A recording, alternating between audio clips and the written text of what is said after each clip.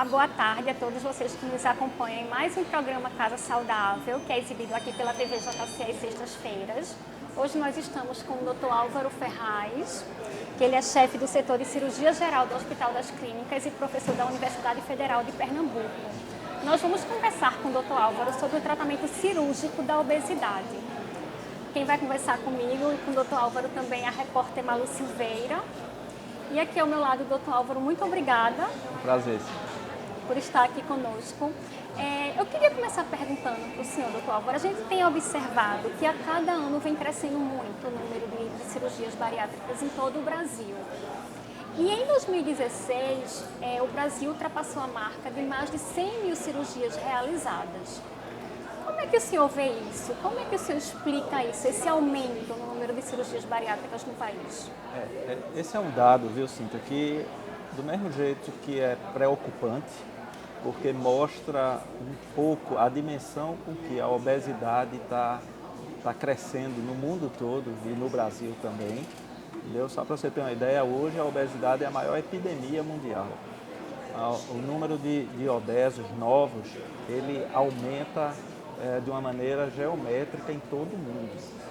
E isso faz com que nós tenhamos pacientes cada vez mais graves, com obesidade cada vez mais importante, que necessitam de cirurgias. Esse número de 100 mil cirurgias, apesar de ser um número grande, eles representam apenas 1,5% de todos os pacientes que necessitam de cirurgia no Brasil. Então é um número muito pequeno e aquém do que os pacientes realmente estão precisando. Então, ao mesmo tempo que a gente vê que está crescendo o número de cirurgias, que a cirurgia está sendo mais acessível a uma parcela maior da população, a gente tem que entender também que o que está sendo deixado de ser feito é muito maior. E isso é o que mais preocupa na atualidade. Apesar do número ser grande, a gente precisa crescer e crescer muito mais, não só no setor público, privado, como também em todos os campos de prevenção, para se evitar que esse número chegue a números alarmantes. Doutor Álvaro, e se só 1,5% dos pacientes que precisam fazer a cirurgia bariátrica realizam? Esses pacientes são pacientes que já fizeram tentativas anteriores para perder peso. Quem são? Qual é o perfil do paciente que realmente precisa passar pela cirurgia bariátrica?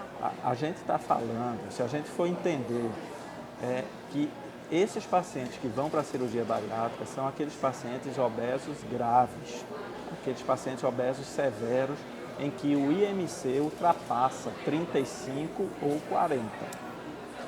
A quantidade de obesos, se a gente considerar leves e moderados, ele é muito maior do que isso. A gente está falando só dos pacientes de obesidade severa, pacientes que precisam ser operados. A última estimativa é que no Brasil havia cerca de 5 a 8 milhões de pacientes com obesidade severa.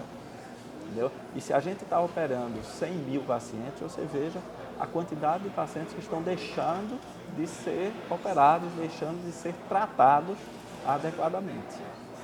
Tem muita gente que fala que a cirurgia bariátrica poderia ser evitada porque se a pessoa fizesse mudanças de vida, no estilo de vida, alimentação, exercício. Mas a gente sempre conversa, doutor Álvaro, que tem pessoas que realmente precisam passar pela cirurgia porque aconteceram mudanças no organismo dessas pessoas, não é isso? Pela obesidade. A prevenção, ela deve ser feita num período anterior. Então, antes do paciente atingir a obesidade severa.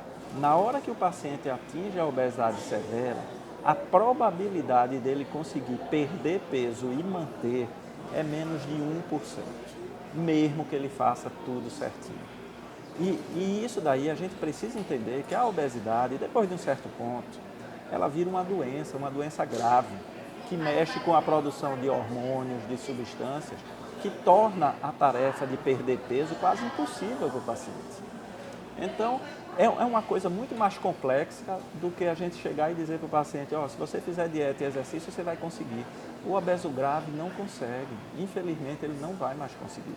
Ele conseguiria numa época anterior do sobrepeso, da obesidade leve, Mas quando ele atinge a obesidade grave, ele não consegue mais. E aí, o único tratamento efetivo, comprovado atualmente, é a cirurgia. E seguro? E seguro, com certeza. Doutor Álvaro, antes de partir aqui para a interação, eu tenho uma pergunta. Hoje em dia a gente vê muito jovem, né, adolescente, criança, já obeso. Como é que é o cenário da cirurgia bariátrica para essas pessoas mais novas? É muito preocupante.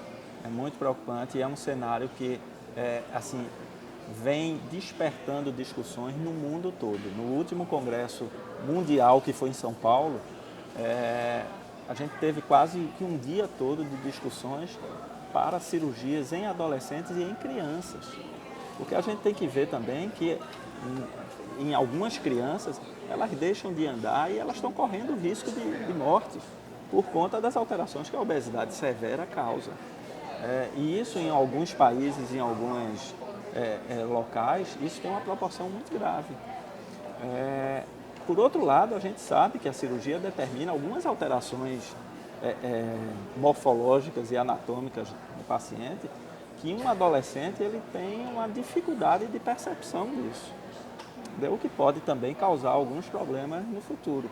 Então tudo isso tem que ser muito bem pesado, porque se ao mesmo tempo a gente não faz nada, ele corre risco de diabetes, hipertensão, de ter um derrame, de ter uma trombose. E ao mesmo tempo, se a gente faz uma cirurgia, a gente está impondo algumas alterações físicas nele, que também podem ser difíceis de lidar. Então, no adolescente e na criança, a gente realmente tem que analisar de caso a caso, tem que envolver não só a família, como pediatras, endócrinos, uma equipe toda multidisciplinar, de psicólogo, de nutricionista, de assistente social, para poder tentar entender aquele ambiente de cada paciente e tentar uma estratégia mais adequada para cada um desses casos. Mas que é uma preocupação, e a obesidade na infância e na adolescência é uma dos percentuais que mais cresce no mundo todo. Imagina. Vamos lá para a interação. Já tem um monte de gente aqui entrando no live, na página do NE10. Muita gente comentando sobre Dr. Álvaro. Cadê aqui, ó? Janaína Barbosa falando meu médico favorito. Liana Martins, médico maravilhoso, super competente, tenho quase 2 anos de bariátrica. Muita gente aqui falando boa tarde. Luciana Loba, que trabalha com a gente, melhor médico da vida. E o pessoal falando boa tarde, gente. Teve um comentário também antes da entrevista de Drica, internauta, que disse meu anjo de jaleco. Ok. Deixa eu ver mais. Doutor Álvaro, o senhor falou muito nessa indicação para criança, para adolescentes. Recentemente o CFM fez uma revisão das normas, né? Incluiu os adolescentes também e um pediatra na equipe. Isso. Na verdade, o que o CFM fez foi diminuir o limite de cirurgias. Antigamente a gente só podia operar pacientes acima de 18 anos. Isso foi reduzido para 16. E por que essa redução? Por conta do crescimento da obesidade nesse grupo de pacientes. Então, cada vez mais frequentemente, nós estamos vendo nos consultórios e nos hospitais pacientes adolescentes com hipertensão gravíssima, com diabetes gravíssima, entendeu? Com quadros psicológicos, psiquiátricos graves determinados pela obesidade. E isso precisa de um tratamento. Então, na obesidade severa, a cirurgia continua sendo a melhor opção para eles. Agora, como eu disse, eles precisam ser preparados para fazer essa cirurgia de uma maneira adequada, com a equipe ajustada e tudo, e que abranja todos os campos que uma criança e um adolescente necessita. Muitas vezes, antes da cirurgia, os pacientes fazem uso de alguma medicação, ou então uso do balão. Crianças e adolescentes podem passar por essas alternativas também? Podem e devem. Agora, como eu disse, isso tem uma fase para ser feito, certo? A gente sabe que o tratamento com o balão e o tratamento medicamentoso na obesidade grave, os resultados são limitados, os resultados não são bons. A gente tem menos de 10% de perda de peso no paciente de tratamento clínico na obesidade grave. A mesma coisa o balão. A rigor, a gente pode colocar o balão em qualquer paciente, mas a gente sabe também que o balão ele dá uma perda de peso que varia de 10 a 15 quilos e ele tem um tempo. Depois de um certo tempo, a gente precisa retirar aquele balão. entendeu? E o que a gente vê na prática é que o balão, nos casos de obesidade severa, o paciente volta a engordar depois da sua retirada. Então, assim, são alternativas que têm a sua indicação, que têm o seu propósito, mas no paciente grave, infelizmente, os resultados são muito ruins. O que a gente tem no Brasil de números, doutor Álvaro, é que metade da população brasileira tem sobrepeso e cerca de 20% tem obesidade. E recentemente o Ministério da Saúde até lançou uma pesquisa, apresentou uma pesquisa, que é o Vigitel, que é um inquérito por telefone, e mostrou que prevalece mais nas mulheres, que são as mulheres que mais têm problemas com o peso. Como é que o senhor vê isso e se de fato é mais difícil para as mulheres perderem peso, manterem um peso adequado, se tem fatores que contribuem para isso? Tem. Quando a gente vai analisar a obesidade severa e o número de cirurgias de pacientes operados, o percentual de mulher operada e o de mulher com obesidade severa é um pouco maior. Tem várias explicações, aqui vão desde explicações culturais, de atividade física, como também alterações hormonais. A gente sabe que a mulher ela tem uma alteração ao longo da vida que muda o seu perfil hormonal e muitos desses hormônios têm alguns componentes de acumulação de gordura, de retenção de líquido, entendeu? O que proporciona uma maior facilidade em engordar. Entendeu? Ainda hoje, a mulher, ela estatisticamente, ela faz menos atividade física do que o homem, apesar dessa redução ser global. Entendeu? Então, alguns outros fatores também interferem para que a mulher tenha uma incidência maior de obesidade grave do que o homem. E hoje a gente conta, quando a gente fala de cirurgia bariátrica, a gente conta com a robótica, que é a cirurgia que é feita com auxílio dos robôs, se a gente for falar de uma forma bem simples. Eu queria que o senhor falasse um pouco, como é que é essa cirurgia? O que é que ela tem de vantagem para a cirurgia por videolaparoscopia, por exemplo? Como é que o senhor vê a cirurgia robótica no tratamento cirúrgico da obesidade? Olha, não só na obesidade. A cirurgia robótica, a meu ver, ela vai ter um grande avanço e já está tendo no mundo todo, certo? A utilização de robô para as cirurgias, ela já vem há cerca de uns 10 anos acontecendo e ela proporciona para o cirurgião e para o paciente uma maior segurança de movimentos e uma maior precisão de alguns procedimentos e de algumas tarefas, certo? Isso, consequentemente, a longo prazo, isso vai ser mostrado, que vai melhorar os resultados. Então, para nós cirurgiões, a gente tem uma visão do que vai ser feito muito melhor, uma visão tridimensional. A gente tem uma precisão nos movimentos também muito maior, certo? E para o paciente, ele vai ter o resultado de uma cirurgia que é feita de uma maneira mais precisa. E isso vai trazer repercussões não só na cirurgia bariátrica, como também em todos os campos. Então a gente vê hoje, por exemplo, na urologia, o câncer de próstata, a cirurgia robótica já é consolidada, como ela reduz as complicações e melhora os resultados. Entendeu? Na cirurgia ginecológica, na cirurgia coloretal, na cirurgia bariátrica em si. Então, tudo isso eu acho que vai ter um grande avanço. A grande limitação atual continua sendo o custo. É um procedimento caro e que, a meu ver, ao longo dos anos, isso tende a cair num percentual que vai ser possível a gente realizar isso, inclusive em serviço público. E eu sempre cito isso, lembrando o que aconteceu com a laparoscopia. A laparoscopia, quando surgiu, também era um procedimento muito caro. Planos não autorizavam, entendeu? E hoje em dia a gente vê que quase todas as cirurgias são feitas por laparoscopia, pelo menos na minha área, entendeu? Quase todas as cirurgias do Hospital das Clínicas, onde eu trabalho, são feitas por laparoscopia. O percentual de pacientes bariátricos que foram operados abrindo a barriga é quase inexistente hoje no Hospital das Clínicas. Lá a gente só faz por vídeo. Então, eu acredito que a robótica também vai ter esse caminho, pode demorar um pouco mais, mas que isso é a história natural do progresso, dos avanços que a gente tem na cirurgia e na medicina. Olha, tem mais interação aqui, viu, doutor Álvaro? bem popular no live. Luciana, popular nas redes Luciana comentou de novo, doutor Álvaro não apenas foi meu médico, foi também um amigo num período desafiante de minha vida. Dani Medeiros falando aqui, do doutor Álvaro também. Silvânia Machado falando maravilhoso, doutor Álvaro. Ana Paula Pontes, doutor Álvaro Ferraz, obrigada por transformar minha vida. Elis Cavalcante, meu médico lindo e preferido. Gustavo Andrade Albuquerque, que está aqui em todos os lives da gente. Obrigada, viu, Gustavo? Doutor Álvaro, eu também pratico esporte, mas vamos supor uma pessoa que não faz esporte e não faz dieta. É fácil de se recuperar da obesidade? Bem, se a pessoa é obesa, não faz esporte e não faz dieta, vai ser um pouco mais difícil de a gente lidar com isso.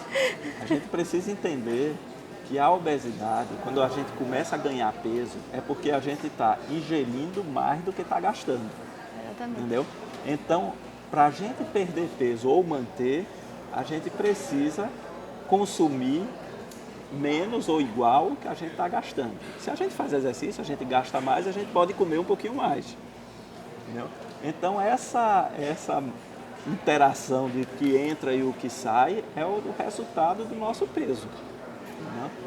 Então o exercício, na verdade, ele entra não só para melhorar muita coisa do nosso organismo, como função cardiopulmonar, como as atividades, a corrente sanguínea nos membros, como também aumentar o metabolismo e proporcionar que a gente possa comer um pouquinho mais, fazer uma farrinha no final de semana. Um churrasco. Né? Agora, Janaína Barbosa continua. Janaína Barbosa gosta mesmo, doutor Álvaro. Ele arrasa.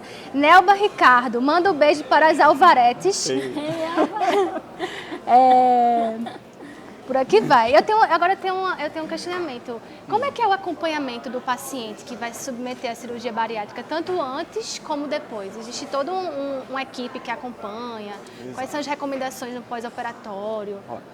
A primeira coisa que a gente precisa entender é que a obesidade não é uma doença única de um problema pontual. É uma coisa que envolve vários órgãos, vários sistemas e também envolve comportamento, envolve o meio familiar da pessoa, o meio que ela trabalha e que para a gente ter uma resolução definitiva, duradoura disso, a gente tem que atuar em vários assuntos. Entendeu? É fundamental que a gente tenha uma compreensão de que fatores psicológicos, fatores nutricionais, fatores médicos podem interferir não só na obesidade, como também no resultado da cirurgia. Se a gente tiver essa compreensão e se a gente abordar adequadamente todos esses pontos, o índice de sucesso é muito maior. Diferente, por exemplo, daquele paciente que nos procura, faz a cirurgia e acha que está tudo resolvido e desaparece. Vai ter problema no futuro. Ou vai voltar a engordar, ou vai ter problema nutricional, ou vai ter alguma outra complicação de difícil tratamento. A obesidade tem que ser tratada como um problema crônico, um problema que vai perseguir aquele paciente para o resto da vida e que ele precisa ter essa atenção e esse cuidado por longo período. Entendeu? Agora, é claro que o paciente que faz todas essas coisas, que consegue mudar seu estilo de vida, que consegue ajustar todos esses fatores, ele tem, ao longo do tempo, uma probabilidade de convivência adequada, sem problemas e sem complicações e vivendo de uma maneira também feliz e ajustada. É muito importante que essa equipe esteja ajustada, que esteja sincronizada para poder ter um resultado melhor. Exatamente. Doutor Álvaro, falando em indicação também para a cirurgia bariátrica, todo esse trabalho pré-operatório também vai dizer se o paciente tem indicação para fazer a cirurgia ou não, né? Veja só, Cíntia, a indicação, a gente precisa compreender o seguinte: a obesidade severa, ela tem indicação cirúrgica, ponto. Isso é incontestável no mundo todo, tá certo? Mas os senhores avaliam os fatores psicológicos Exato. também. O que a gente precisa determinar é quando é que aquele paciente vai ser operado, porque ele precisa. Ele tem obesidade severa, então ele vai precisar ser operado. Pode ser que não seja naquele momento, porque alguns fatores podem atrapalhar o resultado da cirurgia. Então a gente precisa fazer esse ajuste. Agora, é muito difícil a gente chegar para um paciente e dizer: olha, você nunca vai ser operado porque você tem problema psicológico. Sim, e a gente vai deixar ele com esse problema de obesidade severa para o resto da vida? Não. Então, a gente tem que trabalhar esses fatores, não só os psicológicos, como os ambientais, como também comportamentais, como os sociais, para tentar criar condições que ele faça a cirurgia de maneira segura, tranquila e tenha um pós-operatório adequado. Mas a indicação, ela existe e na hora que ele tem uma obesidade severa, ele tem indicação cirúrgica. Só que a gente quer falar alguma coisa? Não, é porque tem tanta interação que eu estou aqui até me perdendo nos comentários. As alfaretes estão demais, viu? Elas não param de comentar. Olha, tem aqui Cristina Souza, ela falou assim: não sou de comer muito, mas acho que é a forma de me alimentar.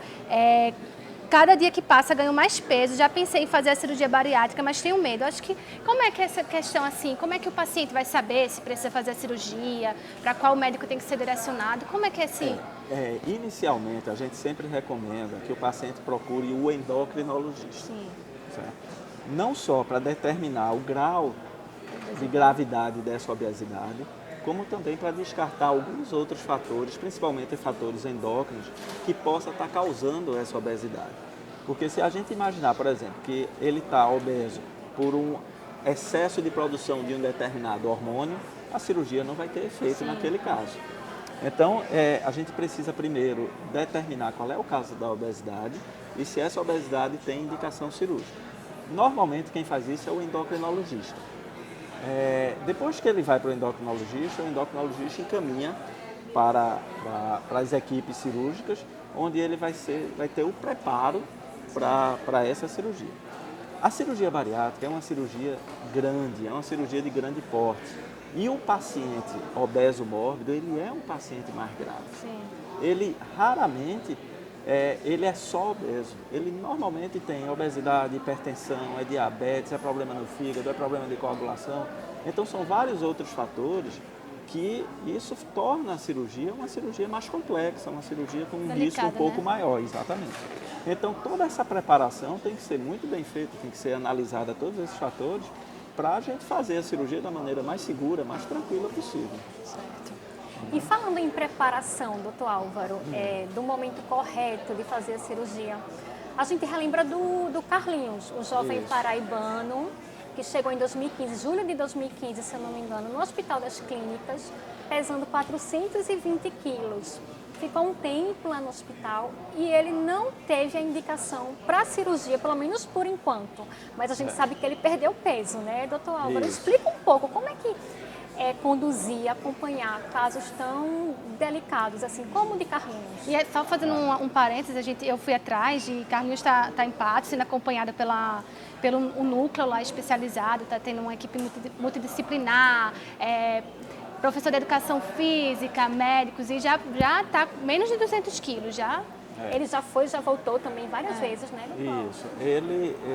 O caso de Carlinhos é um caso assim bem emblemático para a gente mostrar também que a obesidade ele tem outros componentes que podem ser mais importantes, entendeu?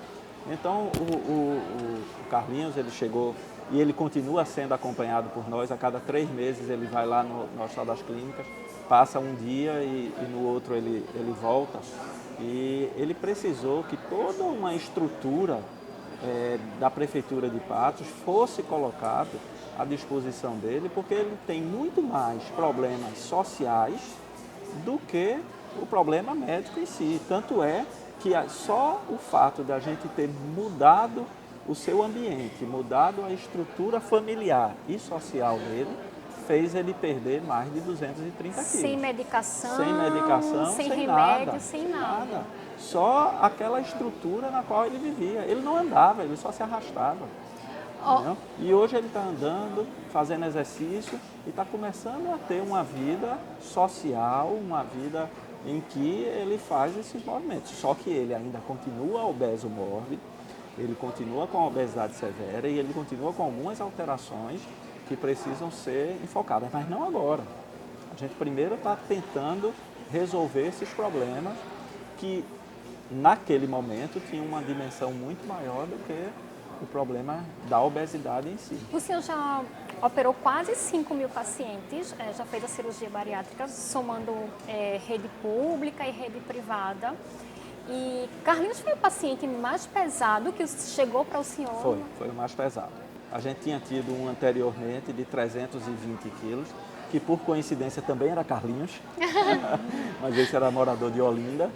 E o paraibano de Patos, ele foi o mais pesado que a gente tratou. Olha, tem mais interação aqui, ó. Carla Dias, mais uma Alvarete. Nídia Viana, doutor Álvaro é um excelente profissional. Alvaretes aqui, a hashtag Alvaretes. Vamos subir a hashtag, né? Igor Tavares Antunes também, Álvaro Tim. Olha, o time do doutor Álvaro. Agora tem uma pergunta aqui de Graciele Amaral, que eu acho que até combina um pouco com a questão de Carlinhos, que não submeteu à cirurgia e já perdeu bastante peso. Doutor, meu esposo está pesando 118 quilos, com 1,75 m mais ou menos e 26 anos. Ele não se controla e não consegue entrar na dieta. Como faço para que ele entenda que ele tem que fazer uma dieta, pois tudo ele desconta na comida? É aquilo que eu disse. Chega um ponto que a obesidade ela se torna uma doença. E a pessoa começa a produzir alguns hormônios.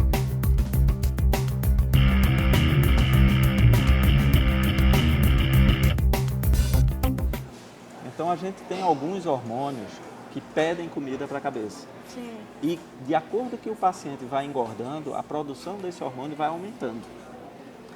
Então, às vezes, é muito difícil a gente chegar para um paciente e você não pode comer, porque ele está recebendo aquela carga hormonal, pedindo comida o tempo todo, e ele se controlar é difícil. Por isso que tem algumas indicações de se entrar com medicação para poder ajudar nesse controle, exercício físico para poder também aumentar o metabolismo, aumentar essa... Então, é aquilo que eu estava dizendo, às vezes a obesidade ela precisa ser entendida como um problema muito mais complexo, em que a gente vai precisar atuar em vários campos para poder ter um controle adequado. Dieta somente num paciente com obesidade grave, a gente sabe que os resultados são muito ruins. E assim, eu acho que como ela falou, que ela é a esposa dele, como é que é o papel da família, até mesmo para que as pessoas que ainda realmente não têm essa indicação de cirurgia ou nunca procuraram um médico, como é o papel da família? Porque eu acho que às vezes, por exemplo, você em casa, você quer fazer uma dieta, mas aí chega o pai, a mãe com um bolo, uma guloseima. Exato. Como é que é o papel da família nesse contexto? Olha, assim, a família, ao mesmo tempo que tem uma função muito importante, a gente também não pode culpar a família por conta daqueles casos de obesidade, principalmente em criança. Sim. A gente tem que ver hoje que a nossa sociedade hoje está formada de tal ponto que a gente faz cada vez menos atividade física. Os nossos alimentos hoje, eles já são pré-preparados, eles já são pré-cozidos, eles já têm uma quantidade de açúcar e gordura muito mais acima do que é recomendável. Quantidade de sal que tem também nas... Então, são várias alterações, hoje em dia, que torna a nossa alimentação, a nossa atividade física cada vez pior.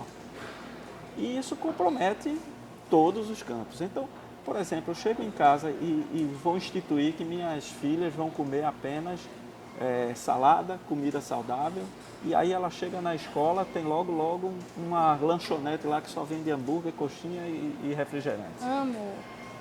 Todos os amigos só comem aquilo.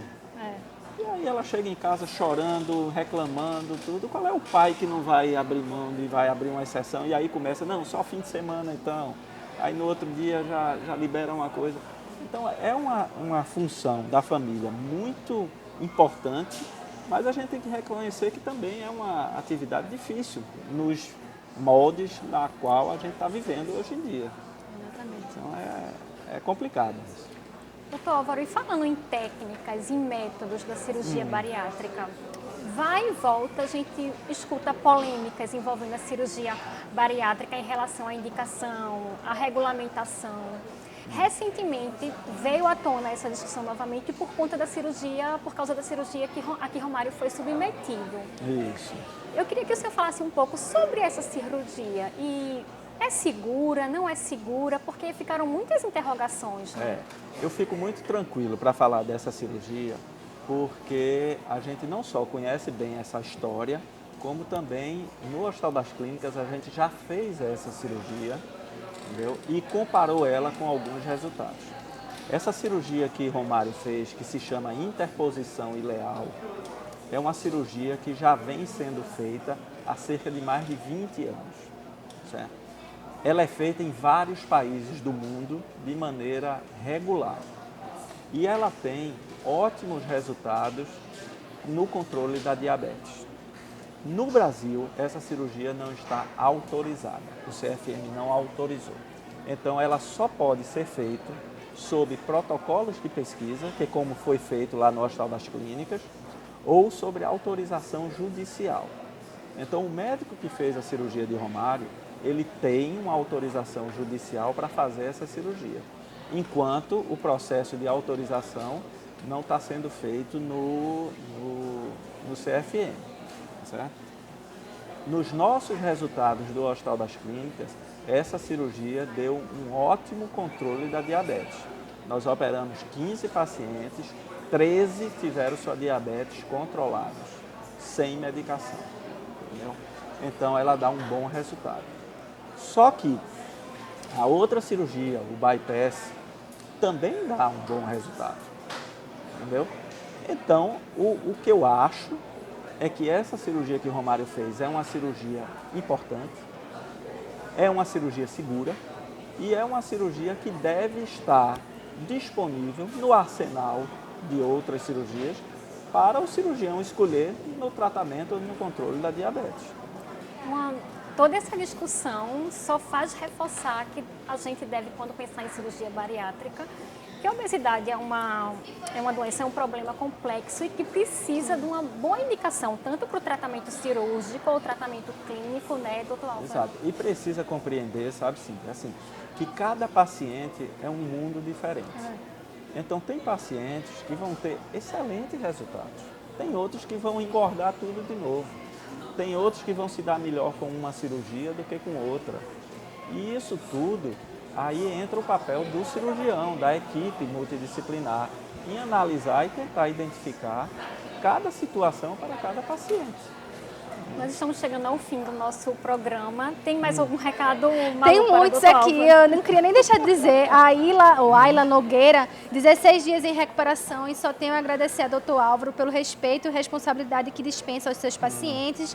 Vanessa Barros, que já estava aqui, ó, subindo a hashtag Alvaretes, 4 meses de vida nova graças a esse médico excelente. Luciana Lobo de novo aqui, Alvaretes.